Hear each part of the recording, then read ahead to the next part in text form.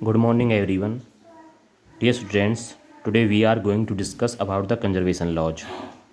Conservation law states that certain physical quantities remains constant during और after a process के दौरान या process के बाद हमारी जो फिजिकल क्वांटिटीज़ होती हैं that are called measurable quantity, जिन्हें हम मेजर कर सकें, वो हमेशा क्या बनी रहती हैं? कांस्टेंट बनी रहती हैं, उनमें कोई चेंज नहीं आता।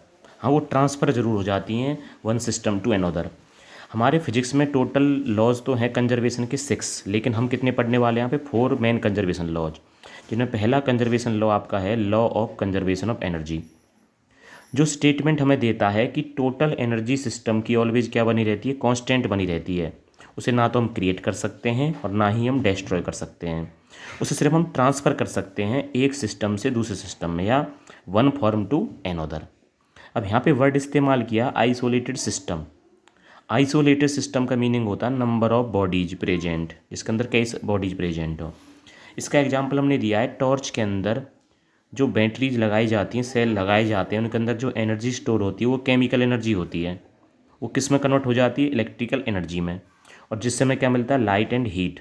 तो one form of energy is converted into another form of energy. ऐसे आप व्हीकल की बात कर सकते हैं। व्हीकल के अंदर फ्यूल डाला जाता है, तो फ्यूल में कौन सी एनर्जी स्टोर होती है? Chemical energy. और फ्यूल को एक काइनेटिक एनर्जी मिल जाती है, तो फ्यूल से मिली हुई केमिकल एनर्जी काइनेटिक एनर्जी में कन्वर्ट हो जाती है। नेक्स्ट आपका कंजर्वेशन लॉ है law of conservation of linear momentum. Linear momentum बात करते हैं हम लीनियर स्केल की, हम सर्कुलर मोशन नहीं, यहाँ पे क्या होता है? Linear scale. जैसे कोई व्हीकल रोड पे चल रहा है तो उसका मोमेंटम कौन सा कहलाएगा? लीनियर मोमेंटम कहलाएगा। और दूसरा होता है आपका एंगुलर मोमेंटम। अगर कोई व्हीकल एक सर्कुलर मोशन में चल रहा है, like as motion of fan, motion of लहटू, तो वो सब किस में आते हैं? एंगुलर मोमेंटम में आते हैं। तो लीनियर मोमेंटम का कंजर्वेशन लॉ कहता है कि सिस्टम का total linear momentum isolated system में ऑलवेज क्या रहेगा? कांस्टेंट, वो चेंज नहीं होगा, कंजर्व होगा। जैसे आपका पहला है रिकॉइलिंग ऑफ गन।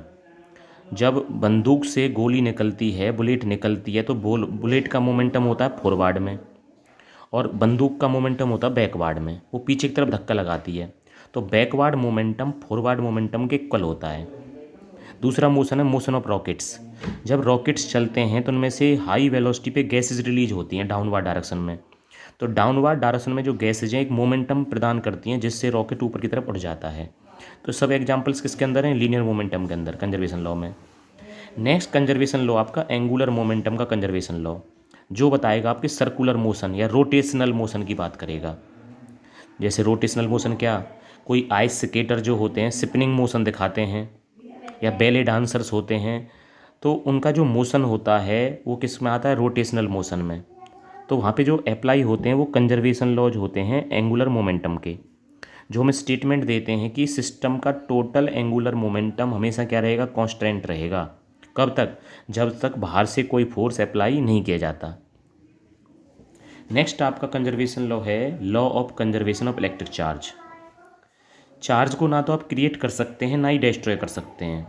ये सिस्टम पे ऑलवेज क्या रहता है? कांस्टेंट रहता है। इसे सिर्फ हम ट्रांसफ़र कर सकते हैं from one system to another, one body to another. For example हमने यहाँ पे एग्जांपल दिया यूरेनियम 238, 92 उसका एटॉमिक नंबर है, चार्ज नंबर। जब वो स्प्लिट होता है तो टूट के वो 2 पार्टिकल्स में टूटता है, थोरियम प्लस में हीलियम। थोरियम का एटॉमिक नंबर 90 और हीलियम का 2। अगर हम बात करें प्रोसेस से पहले, तो हमारा चार्ज नंबर क्या था? 92। और प्रोसेस के बाद 90 + 2, तब भी क्या? वो 92। तो पूरे सिस्टम में बिफोर प्रोसेस और आफ्टर प्रोसेस हमारा चार्ज क्या रहा? कांस्टेंट या कंजर्व रहा। ये हमारा फर्स्ट चैप्टर था, जिसमें हमें फिजिक्स के बेसिक्स पढ़ने थे, बेसिक्स कंजर्वेशन लॉज या बेसिक फोर्सेज। नेक्स्ट टाइम हम इसका सेकंड चैप्टर स्टार्ट करेंगे।